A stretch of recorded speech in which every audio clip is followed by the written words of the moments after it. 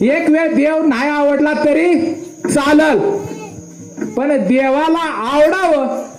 असं वागावं तेच अभंगाचं दुसरं चरण. कुळे कन्या पुत्र होती ते सात्विक,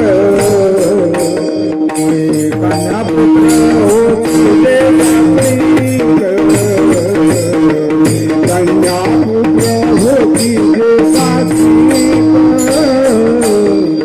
कन्या होती ते सात्विक,